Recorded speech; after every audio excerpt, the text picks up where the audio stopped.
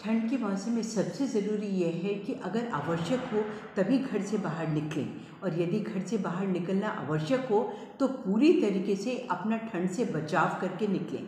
ठंड से बचाव के लिए सिर ज़रूर कवर करें, खास करके बच्चों का जो सिर का सरफेस एरिया होता है वो बहुत ज़्यादा होता है, तो हमेशा हेड कवर करना बच्चों का बड़ा ज़रूरी है। और पैर में उनके मोजे या जूते ज़रूर होने चाहिए, क्योंकि अगर वो ठंडे फर्श पर पैर रखते हैं तो ठंड एकदम से उनके अंदर जाती है।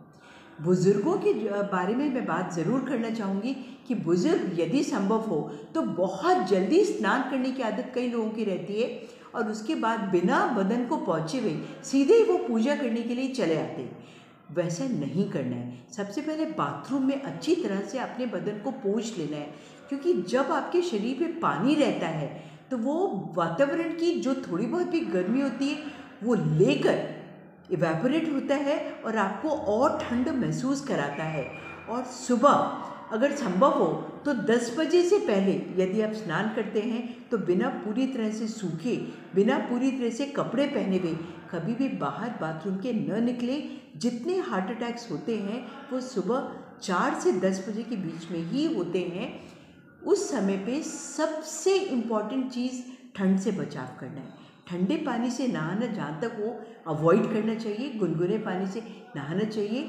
शरीर को अच्छी तरह से पोंछकर और गर्म कपड़े पहनकर ही बाहर निकलना चाहिए। नंगे पैर संभव हो तो न निकलें, मोजे ज़रूर पहन लें। अगर आप पूजा करने भी जा रहे हैं तो धुले मोजे पहनकर और आप अच्छी तरह से पूजा करने जा सकते हैं।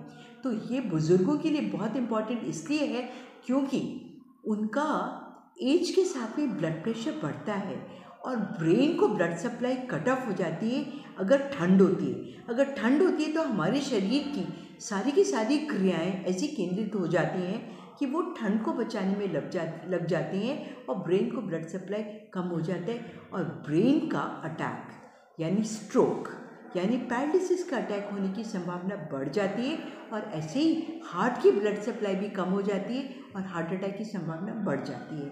ये जानलेवा सिद्ध हो सकते हैं, अतः अपने घर के बुजुर्गों को बचा के रखें। जो यंगर जनरेशन है उसको काम पे जाना पड़ता है।